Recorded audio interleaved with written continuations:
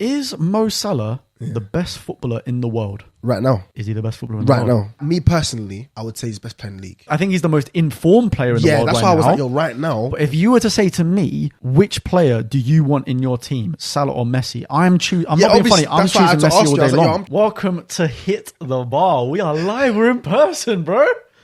We're in person, man. I'm actually buzzing for this. So just a little quick disclaimer. I don't know if obviously a lot of you might be new. Yeah. We started Hit the Bar. I want to say like in the middle of. No, towards the end of last year. Probably, yeah. Towards the end of last year. But because obviously most lockdown things weren't really open, like places like this weren't open. Yeah. We did it on StreamYard and whatever. Yeah. So we did a few episodes. We had guests on. We had Thogden, Rambo. We just had like just ourselves as well. But it just didn't really feel right. Like it was a bit difficult. Some like technical issues, and then also it just again we're not going to bring the same energy. Like and not in person, you know. Exactly, not in person, it's not the same. Exactly. And I remember when we did that video when we sat outside the Spurs stadium, talking about Gareth Bale when he joined back. Yeah, that link will be in the description if you want to rewatch that. And it was just banter for like half an hour. And that was our first video we done. That was actually our first proper video. Yeah, it was proper. But yeah, so new channel. We're doing this in person. We're doing it properly. Obviously, for today, it's just going to be us two. But in the future, we will be having guests coming on. So I reckon leave a comment if you're watching this on YouTube. Leave a comment in the comment section on what guests you want to see in the future.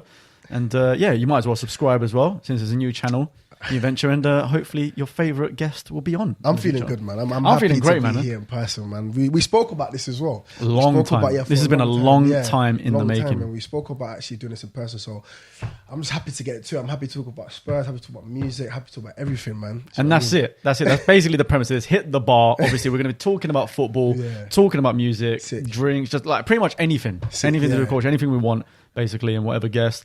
Obviously, like if this is going to be on Spotify, Apple, everywhere as a podcast. If you're listening, that's where it's going to be. But we're also going to have obviously everything on YouTube, TikTok, Instagram. It's going to be everywhere basically. All socials will be in the description in the YouTube. Don't worry, I've been doing this. I've been doing this a while.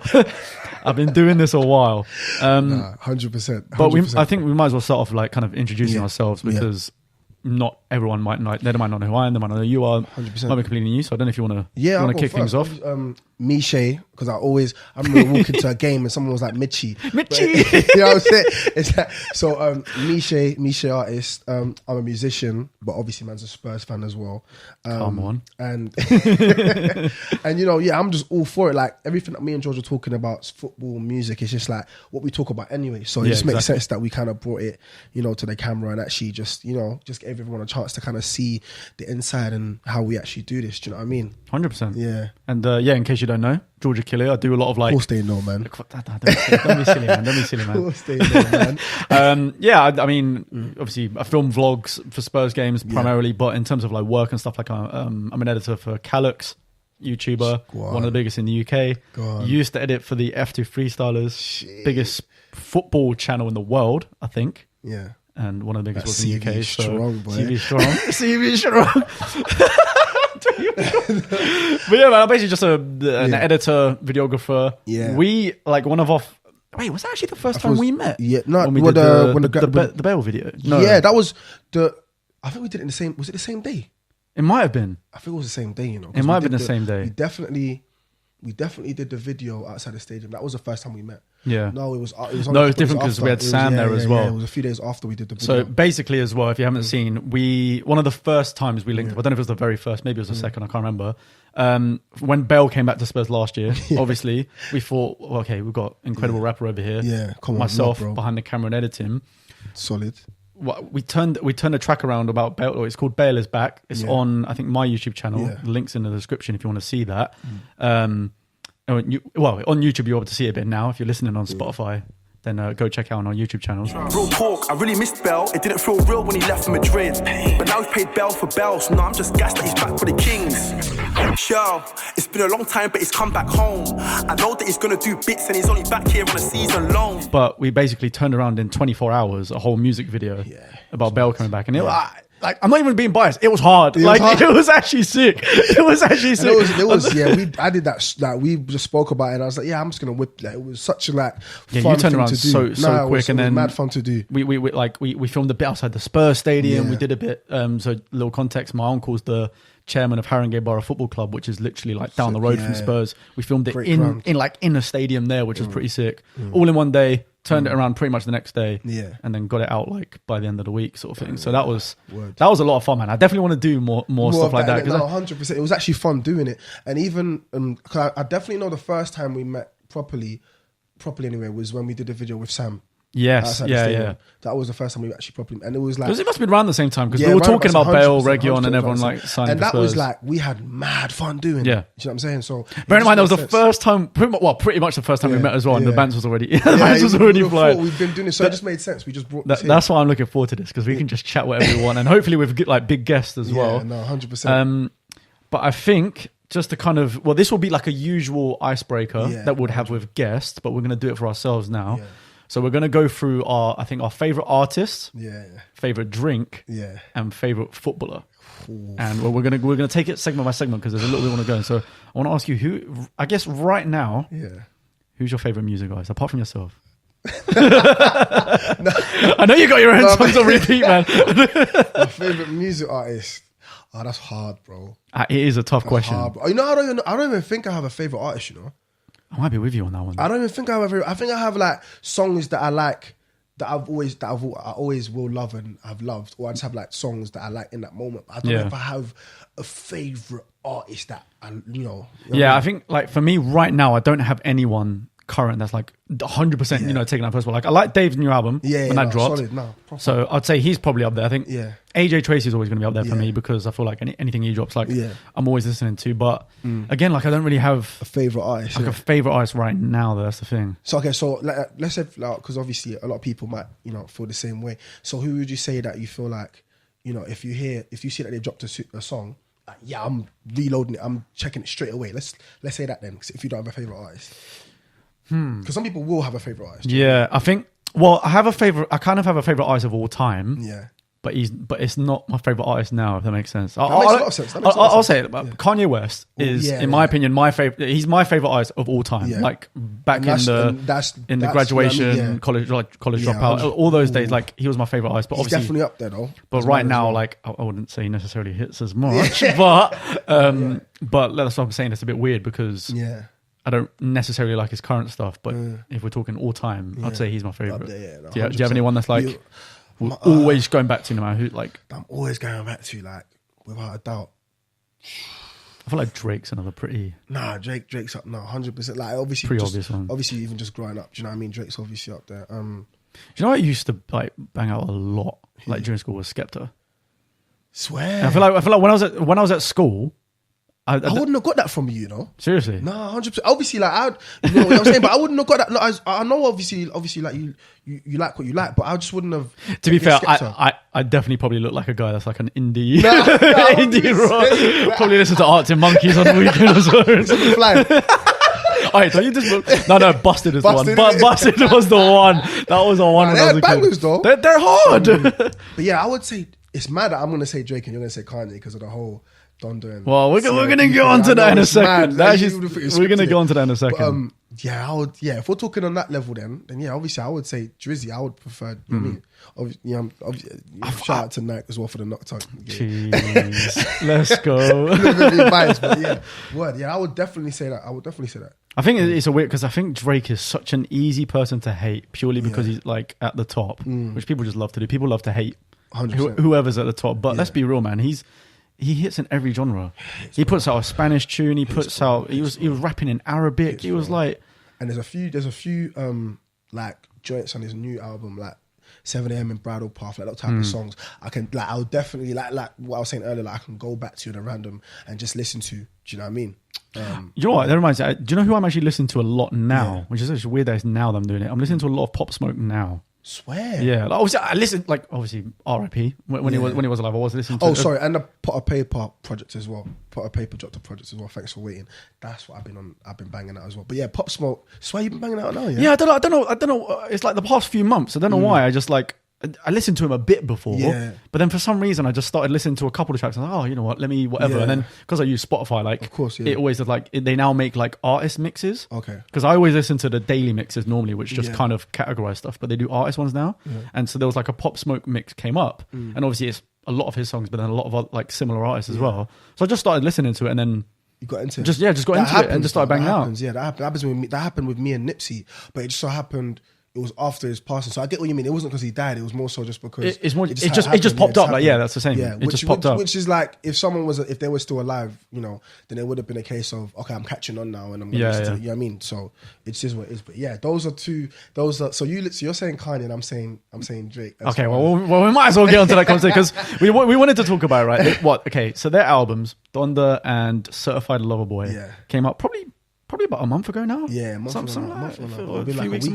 A week or two. Yeah, they were really close. Yeah. And obviously at the time of the drop, there was obviously like everyone naturally going to do a big debate. Which album was better? Yeah. I saw it all over TikTok. Yeah. Everyone debating and whatnot. Yeah. I want to get your opinions on the albums and which one you think. Shall I be honest? Be honest. I'm going to be honest. Shall I be honest? I didn't get past Off the Grid on Donda, and that's only because I like the song. So with me, it's like I can get to a song on a project and just not get past it because I'm repeating it. Yeah. And then just because of life, I'll move on to something else. Yeah. So I can't even say because I finished Certified Lover Boy 100%, but I haven't finished Donda. But what I've heard from Donda, the intro threw me off a little bit. Not threw me off as in but it just, I was like, oh, okay, cool. Someone was just saying the name over and over again. But then obviously when I listened to Donda. Yeah, do you know what I mean? When I was listening to obviously the song with Jay and obviously a few all the way leading up to obviously 5 Year Foreign and like I said Off the Grid as well. I don't know which one was before or after, but I might have got past Off the Grid. I don't know which one was before or after. Right. But I didn't get past those songs. And then obviously like normally I probably would have caught back up to it after the hype. But Drake's album's dropped. So it's like, okay, cool. So now you listen to that. You know what I mean? Then, just because of our generation, we're going to be leaning towards more of that just because... Just always what's the newest thing and then what's the newest thing, yeah. And so I finished that.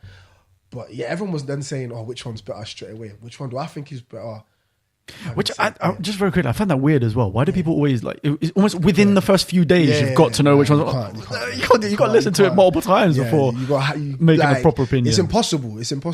But which one do you reckon? Then? Do you reckon what I play more? Obviously, I'm just gonna say Drake, and I'm gonna play more of that in it.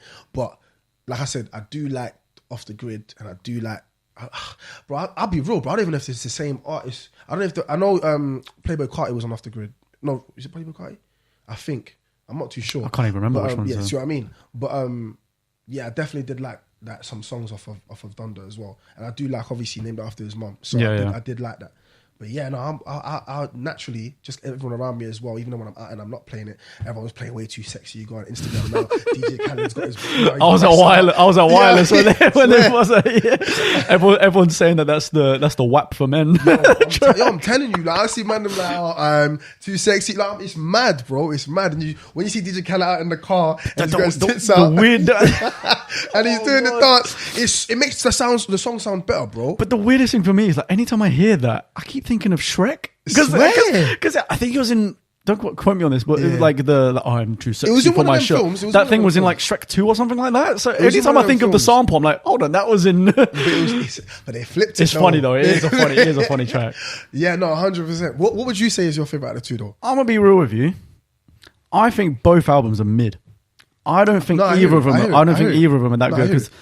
I see a lot of people, but that's because of the bar they set for themselves, though. Probably that's because of the bar. Because if anyone else dropped them two albums, people would have been like, "Yo, you know, they're getting better," or "Them songs, them albums were good." But for them two, for me, right, my kind of take on both albums, the Donda one, and bearing in mind, like Kanye West is my favorite artist of all time. Yeah. Like I love his music, but for me, I was like, it's just the project's just too long, and I like listening to albums in order because that's obviously like. That's how the artist obviously probably intends it. So I'm going to do it. 100%. And same as you, like I ended up listening to all of it in the end. But the first time around, it was like 27 songs. Bro, right. I was in Scotland, right, on holiday, and I was like, this is perfect. We were like traveling between different places, so it was going to take 3 hours to get to a certain place. It's like perfect. I can listen to the album, right? I got to maybe like the 11th, 12th song, and I couldn't go any further. I was just bored. Yeah, I'm not gonna lie, like. There were individual songs that I liked, and I thought some of the features were really good. Yeah. But as a project on a whole, and if I'm judging the album as on a whole, I just think it's too long. Yeah, and I feel like I switch off a bit. With CLB, in my opinion, I thought the songs themselves were probably a bit too slow, in the sense that obviously you got Way Too Sexy, which is a little bit more of a club song or whatever. But I feel like most of them felt like more of a slow jam rather than like. I don't know what it is. I think it's just my music taste at the moment, especially when I'm driving. I kind of want to get hyped. Yeah, like I want to get hyped when I'm driving, and I felt like the album didn't really offer that. I think my favorite track is probably Fair Trade with Travis Scott. But that's because I like Travis Scott a lot as well. So that song's good. But I don't. Look, at the end of the day, I don't really remember. Like it goes to show how good the album is or not, because I don't remember most of the songs. Yeah. I don't remember the names of them. Both of them. I don't remember a lot of the names and whatever. I can't say to you, oh yeah, that one was an absolute bang. Like you just forget a lot. And if a lot of the album's forgettable, then for me it's not really a good album. Yeah. And you don't even really hear that many people talking about the albums that much. And it's only been a month. Do you know what it is, bro? I do agree with you. I do agree where you're coming from as far as like, because I was like, I can't remember even. I know there's 27. So roughly around. I might even be right. There's a lot. Yeah, I think there's something. So I might. There's a lot. So, but I don't know. I can't even. Especially with how much music drops nowadays. Yeah, it doesn't. It's mad because it's like, because of how fast people consume music and the attention span. The attention span is so short. It's like if you don't catch me in the first. And I think TikTok's had a big part to play in that. Yeah. Really, because like. Everyone's just taken in like short form content. Like you've got to grab them in the first year. And that's probably what's happened to me. I've probably just been like, I don't know, I'm probably just so used to watching short form stuff that if a song doesn't grab me like that, I'm not that interested. Like I find myself, and it happens a lot. Like I said, I listen to the daily mixes. Yeah. I find myself, if a CLB song or even a Donda, if any of the songs from the album come up, a lot of them I end up skipping because they don't necessarily grab me in that first. Or it has to be 10 lit. seconds. It has to be lit or like club that's what I mean. Energy, because at least that's going to grab me straight away. So I'm like, oh, I'm interested. Let me listen to the rest 100%. Of it. If it starts off too slow, I'm not going to be. It's mad. Yeah, it's mad. But that's not to say I don't like some of the slower songs. Like, don't get me wrong, there are some good ones. It's just.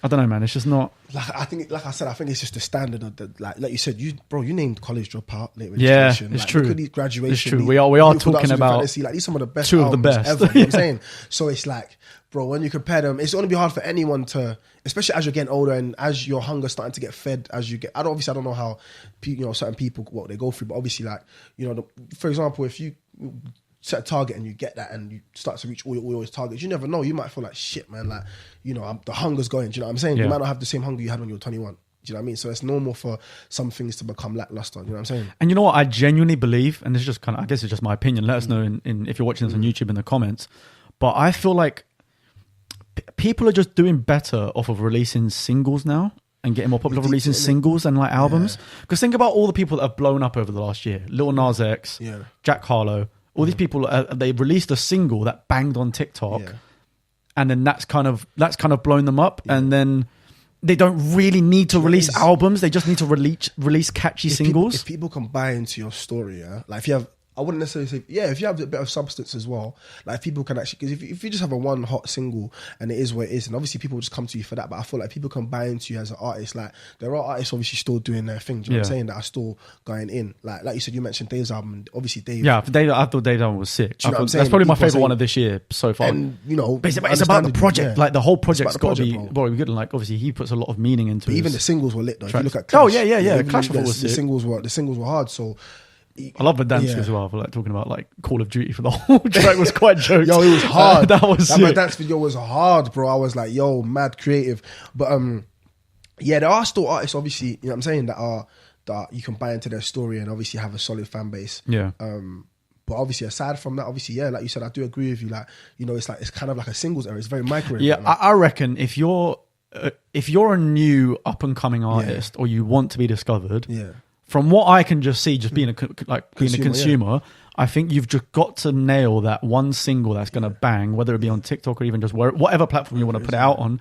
I think you've just got to focus on having a single that bangs and it's hard, and then get your audience and then think about the projects. If you start focusing way too much when you're pretty much unheard of on like a massive project, then I feel like it's going to be a bit more difficult. Do you know what I mean? You know, probably if you tackle the playlist. I mean, if you tackle the playlist with like projects and stuff, then obviously it'll be a slower grind, a much slower grind. Well, like you're going to know more than this about me because obviously I'm not I'm obviously not a musician or anything. I'm just speaking from like literally a consumer perspective, like what I take in. Yeah, but like you do have you're making solid points, bro. Like, you know what I'm saying? Like I do feel like it is that type of, you know, era where everything's just microwave. Even in football, bro, like people don't have time to be patient anymore. Like everyone's short-minded. No one has time to be so patient. short-minded. If a manager does shit for 3-4 games, we want you out. Yeah. Which is mad when you think about it. Whereas when we were like growing up here, obviously people were getting sacked, but it'd be like a slow winding process. Like okay, it'd be like we were under decline. And then it was like, okay, there's uproar now and get out. But now you still give them the chance. Yeah, I do. And YouTubers and everything, pressure from the public, from the fans. You're right. It really does feel like you've got to be so... Everything's just so short-minded. Like, you've got to be like... It's just go. Like, what's the next thing? Go on, next thing. It's too reactionary, which I think is too reactionary. So I do feel like... Which is sick that when I was doing music, I'm talking about football because, like we just said, like, everything's microwave music right now, and then obviously things are microwave and football, so it just coincides, and it just makes sense, bro. It just makes sense, like we said, I was talking to you off camera as well with the Nuno thing. Yeah. It's like, okay, 3 games, obviously terrible losses, yeah. But like, how do you feel about it now? Like, just after those losses, we've won back. Like, I wouldn't say back to back. Obviously, we won 2 games in a row. But like, what's your thoughts on that now? Because you know, people are still saying Nuno out. You know, like, I even get comments on the video like saying, I released a video of the Aston Villa one. Yeah. And I was already like, one of the first few comments was just, yeah, still Nuno out though. And I'm like, bro, it's been like 6-7 games. Who is going to want the Tottenham job, bro? It's true. Like, who are you actually going to replace right now? I don't want that, bro. I wouldn't even want the Tottenham, bro. That's to get into that seat. No, honestly speaking, that is a lot of like, you know, he didn't even want the job. He wanted Everton. Yeah. Everton. Even Crystal Palace were after him, and he was close to joining them as well. Do you see what I'm saying? So it's like, who do you bring in after? Especially because, like, I mean, literally the only manager available is Conte, which we already tried to do and flopped. Like I do feel like moving forward, it's too early anyway. It's way too early. I think for me, you've got to give a manager a season or something just to see what they can do. Yeah, unless it's obviously like we lose like 5 in a row embarrassingly, then you've probably got to say goodbye. But it's not. Bro, but I even remember seeing AJ saying, like he's in over, like he's, you know what I'm saying? Oh yeah, he's in over his head. Oh, I was like, yo, like it's actually real. Like everyone actually wants him out. And bearing in mind, AJ Tracy like not works with, but obviously he collabs with Spurs a lot. Yeah. And for him to tweet out to say, which is quite a risky thing to tweet, for him to tweet out to say, I think it's over his head. You're allowed your opinion. You know what I'm saying? You're allowed your opinion. Of course, but I feel like obviously a lot of things seem so censored now. It's true. It's 100% true. And like. But I actually respect him for saying it, to be fair, like, because I wouldn't have expected. Because you're still a fan. Like, we're still fans at the end of the day. Like, do you know what I mean? Obviously, I kind of, because it was too early for me. I was like, I don't know, but at the same time, I was like, yo, this guy's in over his head. Yeah, like this is a bit too much for him, and his style of play doesn't suit with the guys. And after the Chelsea match, because I remember shout out NFL when we were sitting in the we'll get onto that bit. Yeah. I remember being like, yo, there's something in the dressing room. We even spoke about it. It was like, yo, there's something in the dressing room. It doesn't feel right, like the chemistry on the pitch. You know what I mean? Yeah, I think, especially with the fact that like Levy put out the statement when Mourinho was sacked, saying, we're going to get the football back that we wanted. Yeah.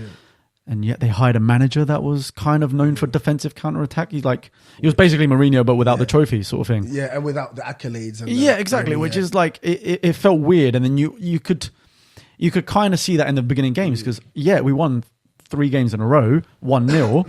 But it was the whole point of like, well, all right, it was only 1-0. In those 3 games, one of them was from open play.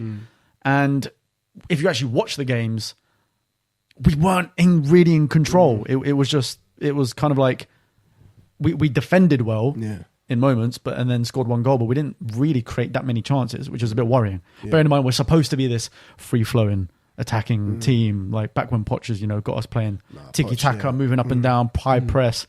I do think we are pressing more, but I don't know. It's going to take time. I think I'm willing to give it time because I know that when Poch started, we have time though. We have time. He has a shorter time than what Poch did. But I remember when Poch first started out, his record was terrible in like the first 10 games. And he was actually almost sacked. And I think he won 1 game in I don't know if it was Europa League or something. He like won a game which basically saved his job, and it went up from there. But you're right. From the standard we've now got to, we can't give him 3 years.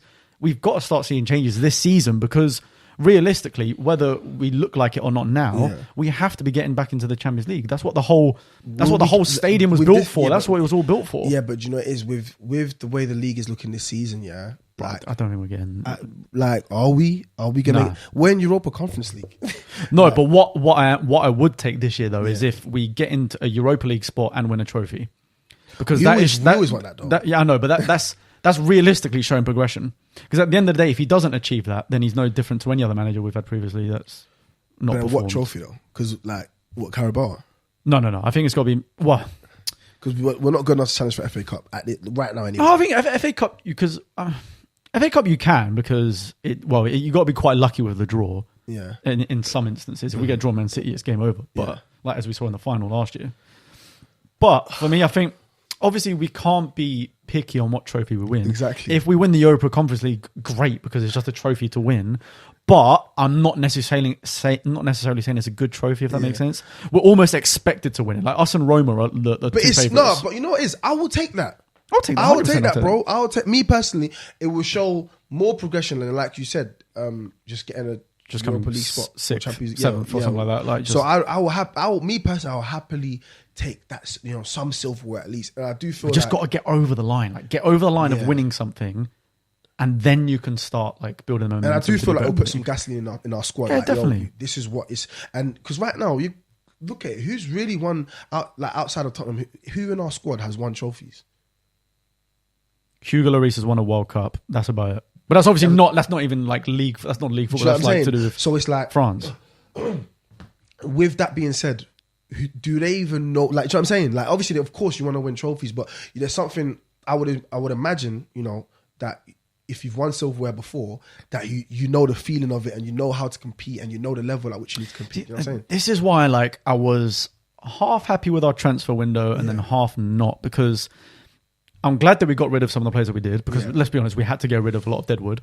And I understand that we have to bring in some young players, because at the end of the day, pretty much every club does that. You need to be sustainable. You need to sign young for the future, but you can't only sign young and for the future, which is what I feel like we did. Apart from Romero, obviously he's still young, but he's he's got a lot more experience than the others at being at the top level. Yeah. Apart from him, all of the other ones are okay, Brian Hill, up and coming winger. Then you've got Emerson, again, young. Obviously was at Barcelona, but wasn't really there for that long. Young, up and coming. And he didn't really get a shot like that. Yeah, isn't even in the club yet. He's on loan, but again, young, up and coming. The problem with that is, if we really want to win something soon, and now you have to bring in players that are in their prime now and are going to win something. But we don't have that pool. Tottenham do not have that pool where, I want to go to play for Spurs. It's not would you, the reason why I say that is because, would you say we're a top 4 team? We're part of the Big Six? Not right now, Would you say that? But a big, I would still argue we're technically part of the Big Six, because I don't know, man. I don't like this whole argument of Leicester. But this whole argument, Leicester are obviously knocking on the door, and obviously they've won. I feel like they're in there, bro. They've won the Premier League. Do you know what I mean? True. They've won the Prem. Yeah, but did you see that whole thing of Leicester and Everton have knocked out Spurs and Arsenal for the top 6? I think that's ridiculous, especially. Do you think it is? Everton. I don't know about Everton. Everton are the same, and Leicester are the only ones that have credibility. Yeah, I don't know about Everton. Yeah, to whatever, but. It's I think it's also to do with the consistency as well. I think that's why we can still be. But then at the end of the day, if you saw the quotes from Romero said he chose us over anyone because he believed in the project. Yeah. And what Paratici was saying, all that stuff. So, and bearing in mind, he was voted Serie A's best defender last year. Yeah.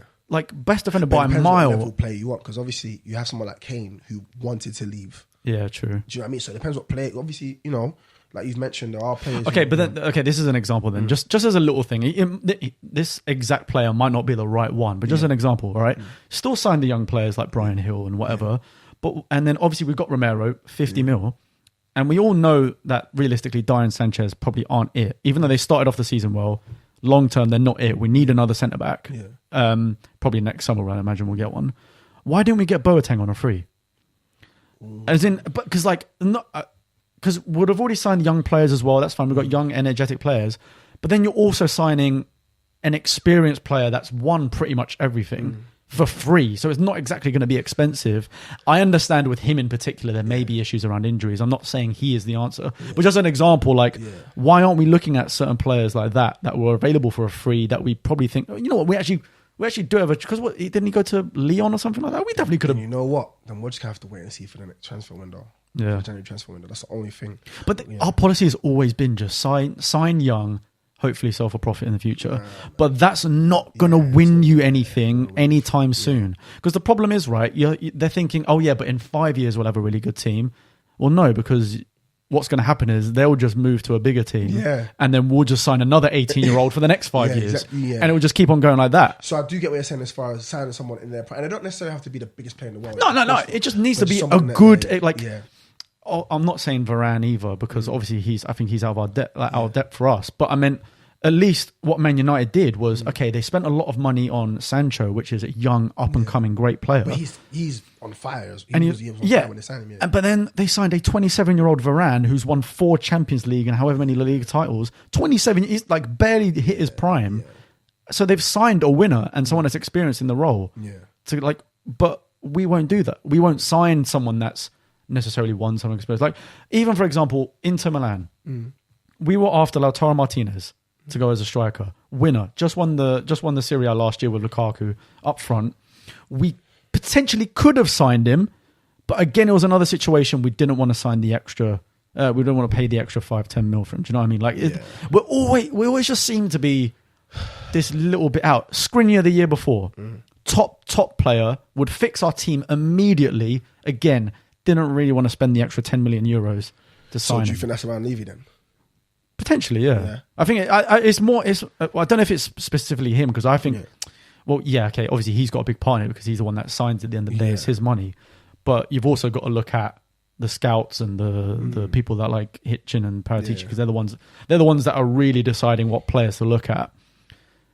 So I just feel like I don't know. Look, I'll put it this way, man. I feel like for example, you made very good points as far as we like to bring through young players who aren't necessarily haven't got the experience and and that kind of probably makes sense as to why our team don't really have players in our squad that have had success with trophies or won anything. So moving forward, for me, that's why I said I would be happy with winning the Europa Conference League because that would at least instill some sort of confidence. Yeah, give it, especially with the younger ones. Give them time. And moving forward, and especially young, you put a battery in every player's back. Because, right now, especially, we've been through a few managers. Do you know what I mean? It is a difficult time for the players. And I wouldn't necessarily blame the managers. I do feel like it's down to the squad. Obviously, it's kind of, we saw it on... Well, it's now pretty much 3 or 4 managers now that some of the same players have all said, we don't want to work for this manager anymore. And Gary Lineker said when Poch got sacked, he said, good luck trying to find someone who will get us to that stage again. And a lot of people didn't really see it at the time. I'm one of them. I was one of them who was like, oh no, we got this and kind of... But then I realised quickly after Mourinho joined, I said, whoa, we were punching above our weight. Yeah. Oh, he was unreal. And I think, to be honest, that can be for a whole other episode talking about Poch and that's a whole what he did for us. That's why I was kind of I don't want it to be where we want the same thing where we wanted Bell back. Bell came back and it didn't really hit the same as when we had him the first time. That's why I don't really know if I want him. But the weird thing is though, did you see his numbers? Obviously, Poch, yeah? No, Bale when he came back. There was a period from February to January to March or whatever. There was he played 11 games in a row or 7 games in a row. Scored and assisted in all of them, apart from maybe one. And good returns. His returns per minute was one of the highest in the Premier League. Man. It was just the fact because of his injury, it took him so long to get his fitness back up, and Mourinho wasn't selecting him, and the fact that Ryan Mason, we're in the Carabao Cup final. Ryan Mason left out Gareth Bale, the only player in that whole squad that has pretty much won everything apart from the Premier League. Drops him. Bearing in mind, before that, his attacking returns for us were actually really fucking good. Which I couldn't. That's a whole other. Yeah, I feel like that's a whole other thing. I feel like we could have just held on to Mourinho before. Don't get me started on that. That's another episode. That's a whole other episode. I'm just gonna say that no matter what your opinion was on Mourinho, you have to admit that sacking a manager 6 days before a final, it doesn't matter who it is, sacking a manager 6 days before a final is ludicrous. Yeah. That should never happen ever. And I remember just thinking, if we don't win this game, then it's a wrap. And it was a wrap. And it was. And it was a wrap, bro. It was a wrap. And that's why I said, and that's why I was like, if we won the Euro, if we won the Carabao Cup and obviously got a Europa, then I would have been like, bro, I'm happy. Yeah. Do you know what I mean? I'm happy. And man, I do think, obviously, moving on to the Chelsea game, I do feel like when we were in the suite, we were kind of like, it was great being at the beginning, but then when Chelsea started scoring, it was like the mood in the stadium just dropped. Yeah. It was mad. Like the atmosphere in the first half of that Chelsea game, I thought was amazing. Bro. Like when we were sitting there, we could hear the South Stand roaring. The whole stadium was roaring. It was better than the atmosphere we had for the first game. I think so. Yeah. It was better than. It was way better. Yeah. I think it was. It was mad. It meant more because it was Chelsea, and I feel like we brought the energy and the players. Right, we were actually playing well in the first half. So we were bringing good energy. We were attacking, pressing them hard. It was too good to be true because Kante wasn't on yet. Oh, bro. It was too good. I'll be honest. I said, if we don't score at least what I said this. You said it in like probably like the 36th minute. You were like, if we don't score first half, we're not winning this game. What happened, bro? It was like maybe like 10 minutes. I don't even know if it was 10 minutes. It wasn't even 10 minutes. I think it was like 7 or something like that. Yeah, and then it scored. And the guys inside were even telling us like, yo, Kante's coming on. You guys are going to lose now. Yeah. And he controlled the game. That's why I'm like, the thing, they were losing. In the first half, they were losing the fight in midfield. Yeah. We were controlling them in midfield. Bring on Kante, change the game. Completely. He just went nuts. After the went next level. goal, people started leaving, bro. Yeah. It was, I mean, it just got embarrassing after that. It kind of ruined the whole feeling of like, NFL gave us, you know what I mean? Gave us a Yeah, we should say that, like, massive thanks to NFL that we got hospitality seats in their suite, which is nuts, by the way. Yeah, I did a video on my channel on it that you can go check that out. It was like, the place is nuts, and if we got a win that day there, it would have been mad. And it was just kind of like we got to sulk in more comfortable seats. Let's just put it that way. That's so true. I remember like there was a few guys to our right who were Chelsea fans that were telling us inside, watch, we're going to beat you guys. And when they just started scoring, we heard the away fans roaring. All the Tottenham fans that were sitting down were just there like. It was like, all right, let's go again. And that from there, for me, that's when I could understand. Not even understand. I knew people were going to start saying, you know what? Yeah. I knew it. After Crystal Palace, I think it's because it was 3-0 back to back. And that was just one game was like 4-1 or whatever it was. I don't think it was 3, but the goal difference was 3. Was about 3 goals. So it might have been 3. I don't remember. But yeah, it was 3. It was 3 goals back to back. And then Arsenal 3-1. We lost Arsenal away 3-1 as well. Yeah, I think that's what it was. So it was like 9 goals in 3 games we conceded, and those 3 goals came in the first half as well. In the Arsenal game, and Arsenal, bro, that's for me. Sorry, that was for me. Like the derby, bro. Like the North. I don't mind losing West Ham, Chelsea. I don't mind losing any other like London. Oh no, I do mind, but not as bad. You know what I mean? Like, since we're Tottenham fans our whole lives, innit? So you know where it is when it comes to Arsenal. But the thing is, they have to turn up on a North London derby. You have to turn, and the players just didn't. Because Arsenal play rubbish as well. I think we just didn't bring any energy to the game at all. Now, the players knew it. The manager knew it. The plan was non-existent. We were lumping it up top for the whole of that first half, going to no one. I hear it was away in Emirates Stadium. I get it. I do understand. But bro, we didn't bring anything to that game. Nothing. It's normally a draw there. Draw there, I would have been happy because that's just the even if it result. was like they scored a last minute winner. So I would have been like, as long as we put in the fight for that game. Whereas from the get-go, there was nothing. It was nothing, and like. Yeah, I do. Like I said, I do feel like it was too early sending Nuno out. Yeah, and we do have the rest of the season to go. But whether he will last the rest of the season is a different story. Which is kind of Tottenham's story for the past couple of years. That's our story. Like we're getting. I think it last. Depends if Poch comes available or not during the season. Let Poch go. Let Pochettino go. Like he ain't coming, bro. Like I hear it. You know what I mean? 2 years. 2 years. Right, anyway, we actually went a major topic there. I realized we were supposed to like go through the starting things.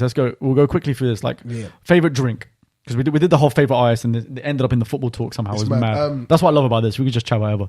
What's your favorite kind of drink? My favorite kind of drink, soft drink. Yeah. Any alcohol going on night out? What do you drink a lot? My favorite drink is probably between Fanta or a ginger beer. Yeah. Ginger beer? Yeah, well, not taking you for a ginger beer kind of guy, you know. Yeah, sweat. How can you I don't know. You just Obviously, if I'm at a game, then I'll have like a, because they'll give like Pepsi Max and like a rum, but it was like, it's not really a dark rum, it'll be like Bacardi or whatever. No, is it, whatever it is. Might be, I don't know actually. Bacardi, yeah. So yeah, that rum and Coke or whatever, or rum and apple juice, probably my favourite drink. It's a nice little combo, that. Rum and apple juice is nice. Proper. That is a great combo. Yeah, that goes down like beauty. Yeah. You know when losing, you need to take like 2 of those. Like. you'll forget the rest of the day once you've had a few of those. What about you? What would you say for yourself? For me, I love a Disaronno. I'm a Disaronno kind of guy. Like a sweet type of guy. I am a sweet kind of guy. I don't like proper spicy stuff. Like, what's the any sort of cinnamon flavored stuff is butters me. I hate gin. Yeah. I'm not a gin guy. That's why I think it tastes rank. I'm not involved. I think for me, very picky as well. A normal night out would just be like a rum and coke or whatever, just because it's easiest. Yeah. If I wanted to be classy, I'd have a little amaretto with a little Disaronno with a bit of ice, swirling it around, looking all chill. If you've got the flipping the ankle trousers on, the loafers, little like what's it called, like a little collared. This is Jorge. Hello, my sweet darling. That's when you definitely hit the bar. Literally. But those were, I would say, my favorite drinks. Obviously, we said favorite artists as well. Yeah, favorite artists. And then now with the favorite footballer. Now I want to do this as past, present, future. Past, present, future. Who are your favorite footballers? The future one is like a young up and coming player you think is going to be a mad star, and then obviously past. The past, yeah. If we're away from Spurs, obviously, I used to love Aaron Lennon, by the way, because I knew whenever they hit the thing to the right, it was just a problem. Or Robbie Keane, it was one of them. It was, you know what I mean, it was what, you know what I'm saying. It was, but that's but this is, it doesn't have to be Tottenham. Yeah, it doesn't have to be Tottenham. Absolutely anyone. Yeah, I'm gonna be honest. Because I used to love Gerrard, you know. Is it? Yeah, I used to love, I read his autobiography, everything. I was a proper fan of Gerrard. Favorite footballer. Who else? I'm not gonna say this because this is just mad. I'm not gonna do that. I loved Drogba. I loved Drogba. I know obviously he was a nightmare. No, but I loved Drogba, bro. And Nelka as well.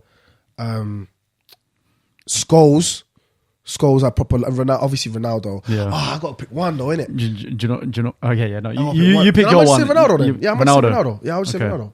My one, and the guy that for me just made me like so. Yeah. He's the reason I was like interested in football as a kid was Ronaldinho. Ronaldinho for me. We're taking it that far back. So if we're talking, anyone in the past. Because obviously you had FIFA Street. He was the first person to hit a million views on YouTube. Bro, with that cross, hitting the bar with them golden boots, with the boots. I might have to agree. You know, for me, he is like one of Ronaldo. R9. The thing, R9. Yeah. But the things for me Ronaldinho did with the football, I was like, what? This is like magic. I was just thinking Prem, you know. I wasn't thinking global. He did stuff, and I was like, what even is this? This should be illegal. Like, he was fake, and he was fake from like when he was younger as well. Yeah. Like there was videos of him playing like. It doesn't even look like he takes it seriously. Like he just jokes around, smiling in his face. You know when he did that. You know when that Milan one when he does it, licking the lips. This guy knew he was cooking any sort of game. He was like every person. I remember there was a period, especially cage football. Every person was. That's when he's like, you're doing too much skills. That comes from Ronaldo. I don't care what no one tells me. It comes from that era of Ronaldinho. He was just a problem. I can't believe I didn't think of Ronaldo. And you don't see that anymore, which actually annoys me. I think realistically, the closest you say Messi we've got to that is. No, I'd say probably Neymar in terms. No, I don't mean like level of football. I meant more like using the skill and that sort of skill on the pitch. Yeah. I feel like Neymar is probably the only player in the world right now that actually tries to use that sort of flair in this game. Nowadays, it's a lot more systematic. There's not. You don't really. It feels like you get told off for doing a step over in like a game. It feels like it has to be pass and move. It just feels like it's mainly probably because of Pep, but it just feels like pass and move. None of this take on a player, little flair, little chip, little dink. You don't really see. It's definitely not that era. I do feel like it's very. Bro, that era with Kaká. Oh my god, that Brazil team where was ridiculous. You see the ball come to a winger, like, and you were just waiting for the step overs. You were waiting for the flair. Bro, those YouTube videos I used to watch always back in the day, like that was FIFA Street. That was FIFA Street. Yeah, fully. Do you know what I'm saying? So mad. So football. He's definitely my favorite. But present and future. Yeah. Present, I didn't even say. I've got to go Sonny, to be honest with you. I was going to say some present as well. I've got to say Sonny present because one, he just bleeds Spurs, man. The guy, and he loves us. He loves us. Good vibes. He's actually, in my opinion, one of the best wingers ever in the Premier League. I guess he just needs the trophies I'm glad you now. said Premier League. I thought you were going to say just Spurs. I'm glad. No. In the Premier League, I feel like he's criminally underrated in that sense because I feel like because someone's going to come for him as well soon. I feel like because he's such a nice guy, people just don't really talk about him as one of the best ever, which I think he is in the Premier League era. He just doesn't really have the trophies. Because with that. Just to interrupt you quickly, it's just like he doesn't feel like he claims that, like as you would say. He doesn't feel like he claims it because he hasn't got that necessarily that flair about like that kind of start because he hasn't got that swagger about him really. The best way to put it. Yeah, because he just comes across. It's same with Kante really. Like obviously people. Kante he's championed because they've won. Yeah, so he's got the stuff to go with. But even then, I still feel like people forget to mention Kante in conversations just because again he doesn't have that. Presence. He's just a nice guy that just does his job. With Ronaldo, you could tell like he has that attitude about him. Like, he's got the attitude. He's got the branding. Yeah. So he's come on, man. He's arguably the best player ever. Do you know what I'm saying? So okay, future. I thought you were saying Mbappe. Future. In my opinion, I think Haaland's probably got more of a thing than Mbappe. Rap. Yeah, mad. It's long for everyone. And I think he will. To be honest with you, you think he will? I think he will. I think so. Man City, innit? Because one, they need a striker. Yeah. They're not going to go for Kane next year. Impossible. And Haaland's, I think his clause comes up in the summer where he's only like 70 mil 200 or something like that. But he's got a clause that starts, I think, next summer where he only goes for like 70 mil or something like that. Yeah, it was in his Dortmund. I don't know if that's the exact figure, but he's got in his Dortmund contract. It activates in the summer of 2022 that it's something like 70 mil. So every major club is going to be gunning for him next year. But Man City will win that because they'll pay him whatever. They'll say we'll win the league, Champions League.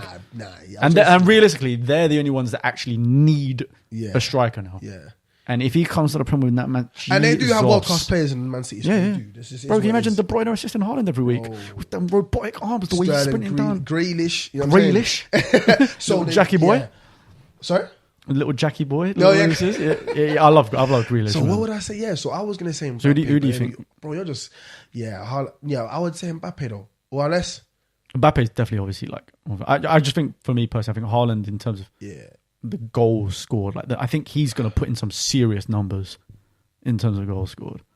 So whereas Mbappe's got more of that sort of pace, flair, whatever, and it looks like he's pretty much going to go Real Madrid next year on a free, which is a bit mad. I do remember Zidane saying that as well.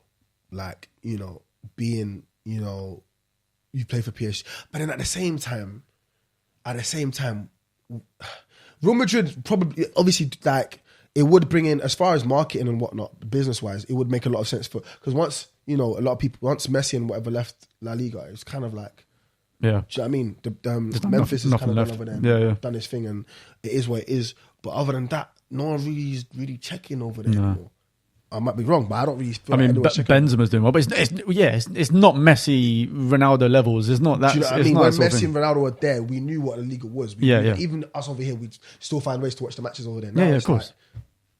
I'd rather watch PSG. Like, I'm trying to go. Yeah, El Clasico was it PSG, because of those two and the battle where it would be. And then you're right. Now you'd almost want to see Man City PSG or not even Man City, or even just Man U PSG just to see Messi and Ronaldo go out again. I'm burning all that in Champions League right now. I'm burning. We need to get back to it. I'm itching again. We need to get back to those Champions League nights are unreal. After a while, I got spoiled. I was like, Champions League, we got it. Yeah, used to it. Champions League. So I ain't gonna see the RB lives. Rubbish. No, I'm joking. Anything now to be in that stadium on the Champions League night, bro. I'll give especially after being out of it for a year. I want that coursing through my veins in that stadium. Inject it. Actually, inject it right now. I need it back next year. It won't be next year, but but we're definitely not punching for it. It's not going to be next year. We're not even contending. Bro, right now. I'm shook. I'm like, okay, cool. If we just win Europa Conference League, I'm cool with that. And then we can challenge for next year. Yeah. It has a bit of pull for like, I wouldn't say big players, but at least it's like, okay, cool. Look, because we weren't going to fix our team in one transfer window, so we still got to look at next summer. So I think if we win something, we should be able to attract more players. Yeah. All right. Okay. Cool. That's the kind of that sort of thing sorted. Obviously, we even forgot to mention that you got a new track. Mary and Jane. Mary and Jane. Actually, I think it's absolutely banger. No, I love it. Because, like I said to you before, when we had the whole Drake Kanye discussion, when I get in the car, I want to vibe. I want to feel energy, and I think your track actually brings that. I love, big time. It's actually got mad love, man. So word. Yeah, what's it on? You to put the music video out, which for those of you watching on YouTube right now, we're just going to play a little clip of it. So if you're listening on Spotify and anywhere else, then make sure to head over to the YouTube channel if you want to see the clip. Obviously, you won't be able to see it if you're just listening, but we'll play a bit of it now. When I talk on my name, can't talk on my name. He said he got keys, but he don't make change. Two girls called Mary and Jane. When I talk, can they see that I'm waved? Got the juice in my cup, Nike on my chest. Then I had to match with the J's. Every girl stepped out, they can pang. And you know they don't care about their ex. But yeah, man, like, what's it on now? It's almost on 20k. Almost on 20k. We dropped it like a couple of days ago. That's mad. 2-3 days ago. But obviously, even when we dropped the song, I dropped the audio first. Yeah. And obviously, that was getting a lot of play on radio, and that was getting a lot of love as well. Yeah, because when was it a Kiss thing? What was it? What radio Kiss was 100. it? Kiss 100. They premiered that's it. sick. And then obviously GRM picked it up and started putting on their playlist. Obviously SBTV, same thing. I'm proud, man. Now, come on, 100%. I feel like a proud brother, man. I have to represent for us, you know what I'm saying? But yeah, man. So I, like 100%. I just feel like the love's been mad, and not like words what you said. You said the same thing on camera as you said off camera. Yeah, yeah. You know, I said it to you straight. Yeah, it's 100%. So I do feel like. Yeah, it's just gonna keep. It's just doing great right now, man. I'm just happy. It's giving me something to be proud of, as opposed to the Tottenham results and that. Do you know what I mean? Yeah. Because obviously those can get a bit sad sometimes. Do you know what I mean? They may go the most viral, but they're not necessarily the ones you wanna. Trust me. No, love, no, 100%. I think. Hopefully, we do one by the end of the year, winning the Conference League. If we do, we need. Listen. If we win the Europa Conference League and we do a track video for that. We'll fly it to where even is the final? Like we'll fly there, Luxembourg, wherever it is. We'll go there. Film it there. We'll get a replica of the trophy. No, but what if we lose then? What if we lose? Oh, God, no, if we've got to pack up our stuff and go. But we filming for? I'm not even taking a bag. I'm just gonna get on the plane and leave. What are we filming for? Like we'll film like a reaction video and then be like, alright, cool, we're out of it. I don't need to rap. You know, my vlog would just be turning up into whatever country. Yeah, I'll do like an Insta rap video. I'll do an Insta rap video on the plane or something, and then keep it moving. I'll do an Insta rap video on the plane like a freestyle, and then that's it. Yeah, the plane's taking off, but we aren't. Oh my God! Yeah, I'm saying I've already got that there, sorted. If we make it that far, but buy that little bottle of prosecco on the plane. So this is the only champagne we're going to be seeing. Only champagne. And you see why we wanted to do it in person. Yes. You see why? The energy we're bringing. Because when we were doing it on like through streaming and whatnot, we'd be laughing and it'd be like, alright, cool. Like I'm seeing you through a screen. And then if it lags as well, then it's just like, I think that's with jokes can't hit. You can't get the interaction if it's just. You can't even get the vibe of. So we're here to stay. So it's just nice to actually be here now, and you get me, like we're just in person. Do you know what I mean? I'm buzzing, man. Right. Well, yeah, if you want to obviously check out the song or even the music video, check out. Links are obviously going to be in the description. Big on YouTube. vibe. Comment, like, and subscribe. Mary and Jane. Watch out for it. Trust me, anybody's listening, I'm telling you, if you don't like it, your sister will like it, or your mum will like it, or your little brother will like. Trust me, it's a vibe. So go and check that out. Do you know what I mean? Out.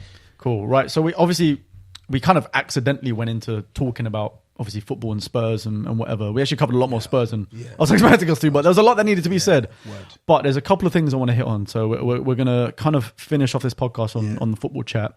And we've got 3 main areas I think I want to cover. First thing, does Harry Kane want to be at Spurs? No? Oh, whoa, that was quick. No, do you know why, bro? It does feel like, and I saw this, this made me laugh. I saw this, I think it was Twitter. It was like, Harry Kane and Tottenham feels like two parents, like a husband and wife that want to split up, but are sticking it together for the kids. That's what it feels like, bro. That's what it feels It's actually like. so true. Like it's like, I could, like he didn't even try to force it. We'll do it for the fans. I'll stay another year for the fans. We'll make it work. We'll make it work. For the kids. We'll make it work. Do you know what I mean? So as long as my settlement's all right by next year. But that's literally how I feel. I feel like, nah. Well, I might be wrong, obviously, but that's the energy I get. Do you know that's fair enough. I think for me, like a lot of people, you see it everywhere. I mean, a lot of these people are saying that, oh yeah, his head's not in it. He's not in it, Spurs. And they were talking about his like body language and stuff during the game. For me, I didn't get necessarily that from his body language. I don't think he was. It's not like he doesn't want to play or do that, because at the end of the day, like Harry Kane still wants to smash Shearer's record and score goals. He obviously is not trying to not score goals just because he wants to move away. Like he's not like that. He's not like, I don't think he's really like a petty person. What I got from his body language is that he's just frustrated, Because in those games, because we've said it before already, but we aren't creating chances in our matches. Or not that many. With the team. There was a match last season. He was like, "Oh, what's the fucking point?" Oh yeah, I remember that. Yeah, so you can he's see been frustrated. So, but to be fair, like this has been a problem with us. So we don't have the Eriksen sort of player that provides the service all the time. If Sonny's injured, no one's going to do it. And I think for me, that's why a lot of people are complaining about Kane dropping deep and this that, and the other. I feel like the only reason he does it is because he's not getting the good enough service to himself. So he's like, you know what? I'm going to go do it myself. I'm going to go midfield and I'll set you up. He did do that. A great example. He did do that in our 5-1 win last week. He was doing that. I was seeing him. He was dropping in deep in the midfield. I was like, well, shouldn't you? But I get it. He'd kind of, you know what? Like you said, I'd rather just do it. Get in there, do it myself. But that's because we don't have a player really that's because I mean, Lo Celso is supposed to be that, and Ndombele is supposed to be that. Realistic Dele sort of supposed to be that, but none of them are Eriksen, man. We haven't replaced Eriksen since he left. Eriksen put it on a platter for him, Son, Dele. And I think Dele's slight downfall has coincided with Eriksen leaving as well. Because if you think back to all of Dele's goals, almost all of them is Eriksen putting the ball on the plate for him. Yeah, but we don't have that person. We don't have that. You said we don't have that player to feed them through. But then it goes back to the whole transfer thing again. We were this close to getting Bruno Fernandes. If we paid the extra 5 million, 10 million, whatever it was, to get Bruno Fernandes, he is putting in the numbers that Eriksen did for us. If we had him setting up Kane and Son, my God, we would have won the league last year. I believe it. If we had Bruno Fernandes, we were top. Definitely. We were top for 3 weeks. 100% we would have been top 4. 100%. Okay, obviously, like winning the league is probably a stretch, but what my point more is, if we just had that world class attacking midfielder that is putting balls on a plate and assisting everyone, I think our team is totally different. I think that's why Kane's getting frustrated because he's not getting the service. We did look better last game. Because we finally got rid of this 4-3-3 that we're doing, which is basically 3 defensive midfielders in Højbjerg, Skip and Dele, because he's got Dele playing so defensive now. And we've finally gone back to the 4-2-3-1, which was Ndombele playing as a number 10, which was good. And then Lo Celso came on, he played the number 10. I think that just works so much better than these kind of defensive midfielders strat that we've been doing. So hopefully, fingers crossed, we're going to be creating more chances now. Yeah. But we'll have to wait and see. We've had 1 good game with that so far. Let's see if we 2 if you count the Conference League one. But cool. So we both feel like he doesn't want to stay. I feel like come the end of the season in the summer, I feel like he's going to look and move away. Will Man City are not winning. They're not going to pay. They're not. If they're going to go for Haaland, probably not. I weirdly think Man U will.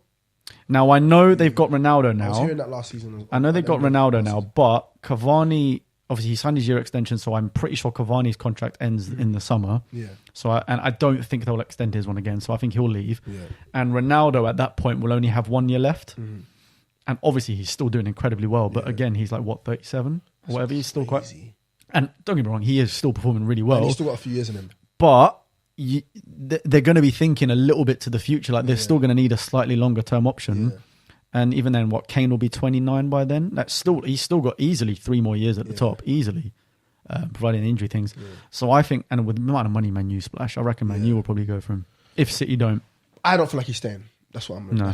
What I can see happening is him signing a new contract purely to put a release clause in for the summer. Oh, you know how Jack Grealish, Villa did with Grealish. They put they put 100 mil. He signed. He only just signed a new contract the year before, and he got a new one. And everyone was like, "What I remember the hell?" seeing the picture, the picture of him signing the contract with his dog. Yeah, which is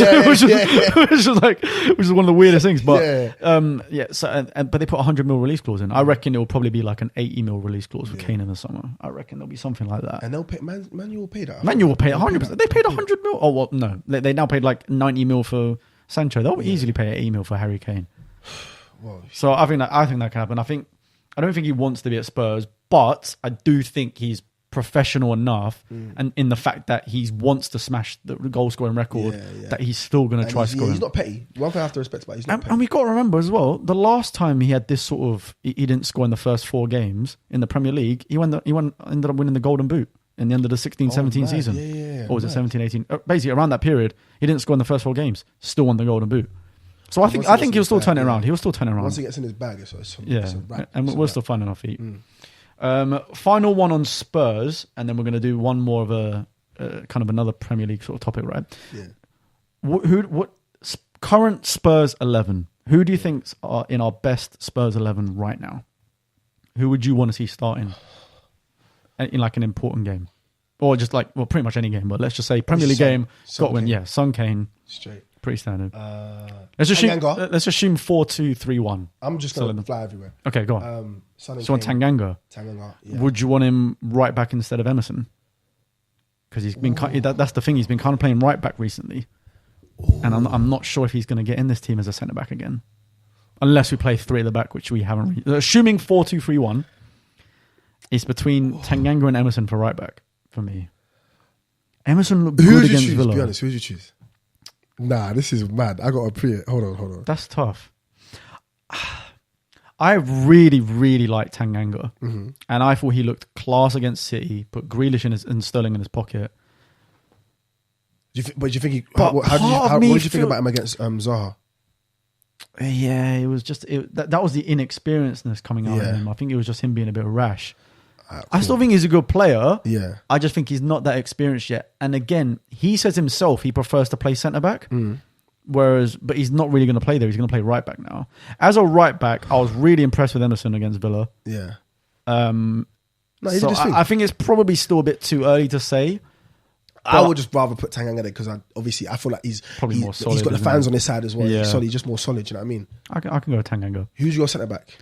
Romero, 100% one of them. Yeah. Romero looked great. Solid. And a 50 more centre back, he's got to be in there. So now we're talking Dyer, Sanchez, Rodon as our other options for centre back realistically. Would I pick Sanchez?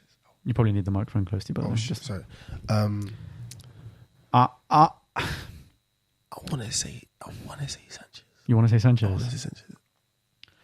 I'm going to say Dyer only because from what I've seen in the game so far, Romero seems to play right centre back. Yeah. And Dyer plays left centre back.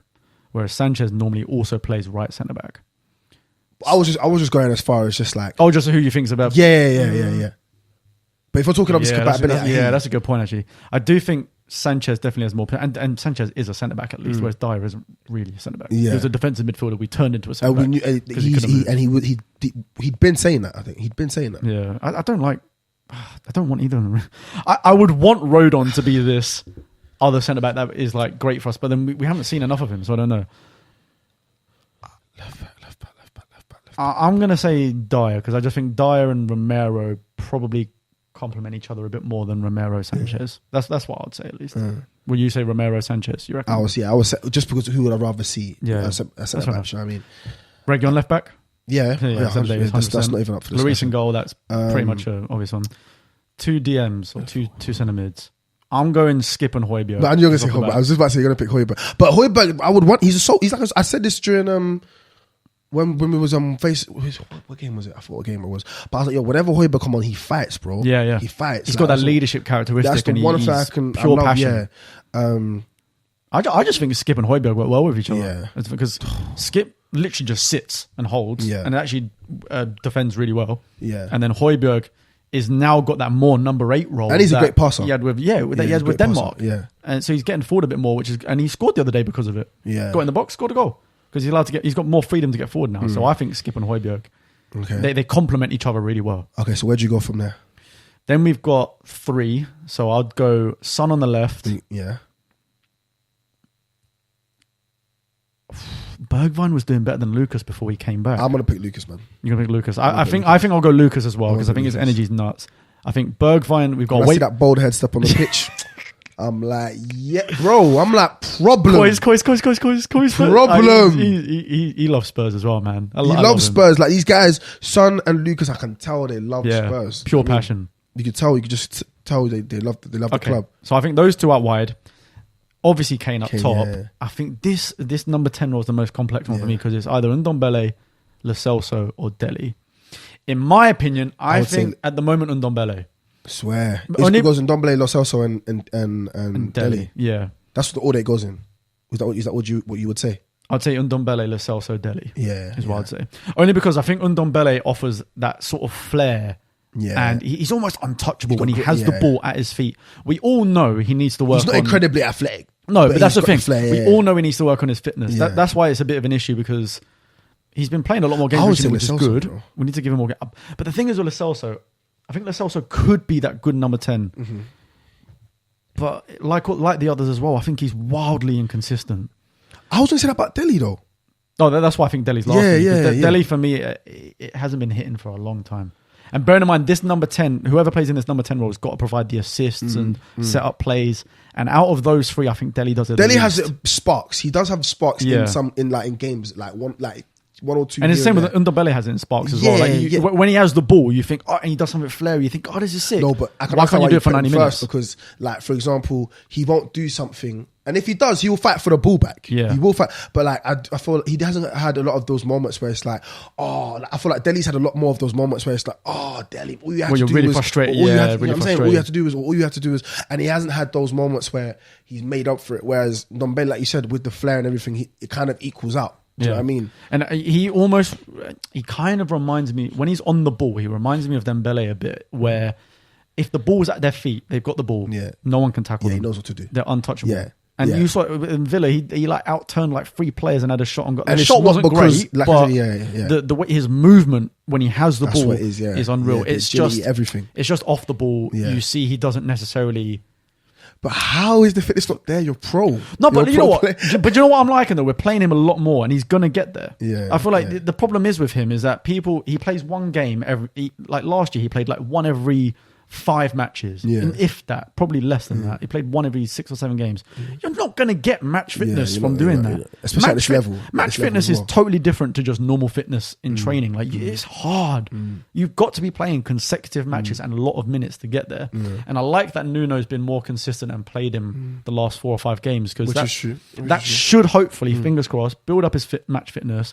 Once that's full and he can play 90 minutes, hopefully that means we've got the play on our hands. If not, at least he's got competition from Lo Celso because he's got to be on his toes now. Lo Celso is now back in like fighting for him from that spot, and he looked good when he came on against Villa as well. I think so. Okay, so I think that was probably right now. I think my favourite. But Brian Hill deserves a chance, but he's not going to get ahead of Son. He's probably fighting for the spot for Lucas realistically as a winger. But obviously, a player for the future. Obviously, you'd say Scarlett. Scarlett there as well as a player for the future. Another one for future. We got loads for the future. Yeah, we got a lot. We got quite a bit for the future. But yeah, definitely, I can definitely agree with that starting 11. Cool. I think my thing was just like as long as Tanganga's right back, then I'm cool. All right, cool. We'll take that. Let us know in the comments if you're watching this on YouTube. Let us know what you think the best Spurs 11 is. All right, final one before we wrap up episode 1. Mad is now this is a big kind of topic that people are discussing, and it's. I want to get your take on this because I've got certain opinions on it. Is Mo Salah the best footballer in the world right now? Is he the best footballer in the world? Right now, bro. Is he the best footballer? Okay, for context, right? I think it's. I'm gonna name it, but certain people at TalkSport were putting it out there. I think it was like Chris Sutton and I think Jamie O'Hara or whoever it was. Yeah. These people are saying that he's the best player in the world, and they weren't even necessarily saying right now. They're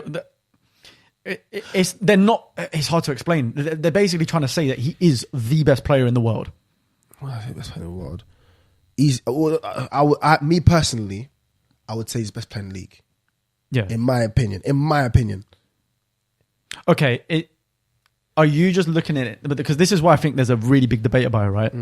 The reason why I bring this up is because they're saying it as if he is, as in you would take Salah over Messi or Ronaldo and certain other players.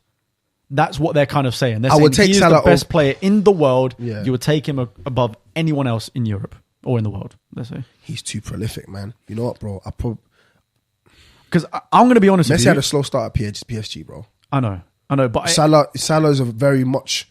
You can count on this. Like his time, it's kind of getting boring now. How prolific this guy is. He has done it for about 3 or 4 years in a row. It's getting kind of boring if I'm telling you how prolific this guy is. Yeah, switch it on, man. Just have me personally, right now, I would take him. I would take him over both of them. 100%. Both of them, I would take Salah over both of them. Yeah, I would take him over both of them. Okay, so this is where it differs for me, right? Is that I think he is one of the most informed players and is one of the best in the world. Right, I'm talking like.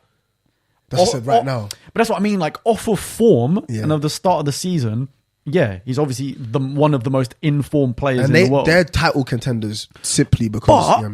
and obviously, everyone that's having this argument saying he is the best in the world, like you're taking him over Messi and whatever, they're using like his stats as an argument, right?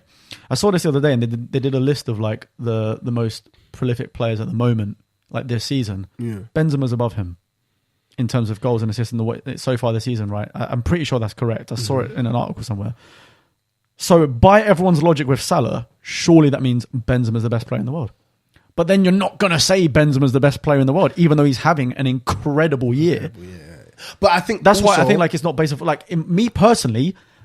I'm still taking. You also have to look at the league that way. But I'm still taking Messi over Salah. Is what I'm trying to say. I would still even today. But that's what I'm saying. I'm still saying Messi is for me personally. Messi is the best player in the world. But that's what I said. Right now because even like you said, Messi's not got the like. But that's why I think there's a difference. That's why I think there's a difference in what that's a good debate. I think TalkSport are arguing, and these people are arguing that he is the best player in the world. Full stop.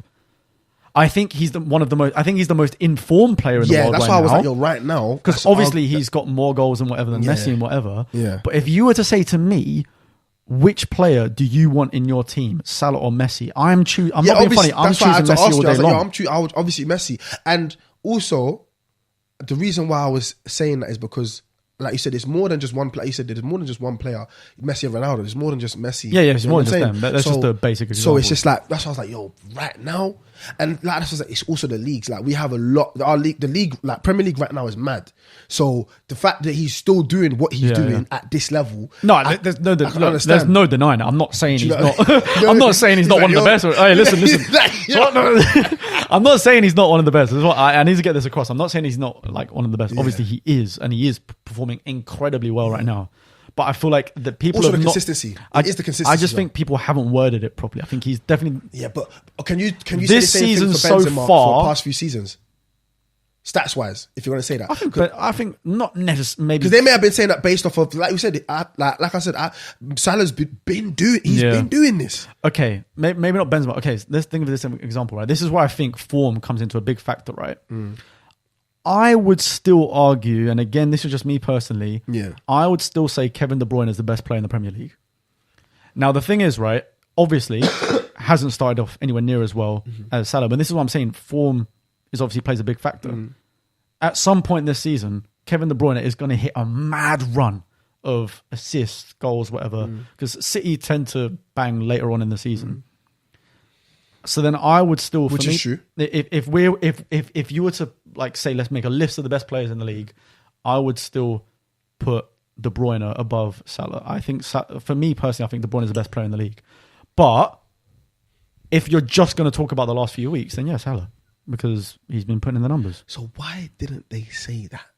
They should have done. That's what I'm saying. They should have done. I think because that's why it blurred the lines. But that's what they do, man. They're clickbaiting it. They're trying to get everyone to know he's not. They got exactly. They reeled me in, man. They reeled me in. But it just annoys me because I feel, and then again, this comes to the whole short-sightedness that we were talking about earlier. I think people are only looking at the most, and it's a difficult one with Salah because of course he's been doing incredibly well the last 3 years as well. But this is where it's just obviously opinions are opinions. That's what they get paid to do. That's part of their salary. I still think that, yeah, exactly. We don't get paid to say our opinions.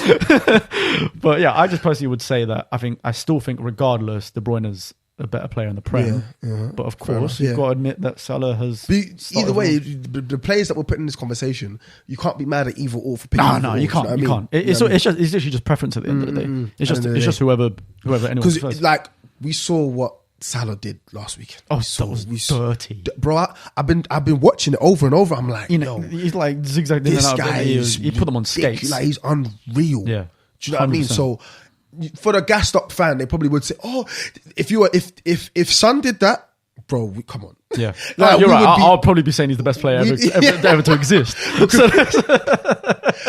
So I do get it. Do you know what I mean? But, no, I do understand. I just think it's interesting. He's just a mad player, and I hate that he's on another team. Like he's just, I know. You know what I mean? If he was in another league, I'd be like, oh great, he's mad. Because he's in the same league. It's just like, bro, because it's against us. We ain't winning the league for another 10 years, and we're not like top four. Yeah, cool. We've got. You know what? It probably is just jealousy. Yeah. I'm not putting my hand. It probably is just jealousy that we're just not there. A striker like that, do you know what I mean? It's bro, would you imagine Son, Kane, Salah. Ooh. No, come on, man. Come on, No, I need to snap out his dream. We wouldn't even know what to do with Salah. Like, we wouldn't even know what to do with him. Like, you know what I mean? It's mad. Would probably turn into a shit player. This is long. This is long. Like, bro, I'm bouncing. We're probably playing right back for us. Put Tanganga out front, innit? Oh my word. Hey, listen, he scored a goal in training the other day. Might be something. Tanganga right wing. There's a position open. Cool. So that's your pick then. That's your pick. So you've picked your favorite player, past, present, and future. Yeah. I think we covered a lot today, man. Like we're probably touching like an hour 15 here, which is pretty safe. But man, we touched a lot. Still. I think look, we covered a lot today. If you're still listening, we appreciate it massively. Yeah. Again, like we said, this is going to be everywhere. It's going to be on Spotify, Apple, like kind of the usual places you'll find podcasts. Yeah. But of course, if you want to watch like this video, for those of you that are watching, it's going to be on the YouTube. Hit the bar. We're also going to have TikTok and Instagram and stuff as well. Everything you're going to need is in the description down below. I've loved this, man. Yeah, I'm looking forward to having guests as well because we can just banter with whoever. And we're going to have some big names as well. We've got some good little connections. We can't say names just yet, but it's been amazing actually doing this in person as well, man. Like, definitely, we spoke about this for like months. Like, can't wait to get in. It just feels good. You know what I mean? Feels good to go for bro, it feels amazing. We've covered, like you said, we covered a lot today. And like George said, just make sure you check out everything. Make sure you check out Mary and Jane as well. There's follow us on all socials that are gonna be. This is gonna be lit, man. This is gonna be sick, man. I'm actually. I wasn't lying at the beginning. This is gonna be future number one podcast in the world. I had some time to think about it. Actually, you gotta be conversation now. It was proper, man. It was proper. If you're in here, you're hearing early. You're hearing early. Like, you're from the beginning. You're the real OGs, right? Listen. He's told you where it is. Ever in-person setup, and you're watching it right now. And he's told you where it is. So. Yeah, that's good for me, man. I'm actually had a blast, and we're gonna kill it, man. Do you know what I mean? Cool. Right, well, guys, appreciate you. Thank you for listening and watching, and we'll see you next week for the next episode. Peace.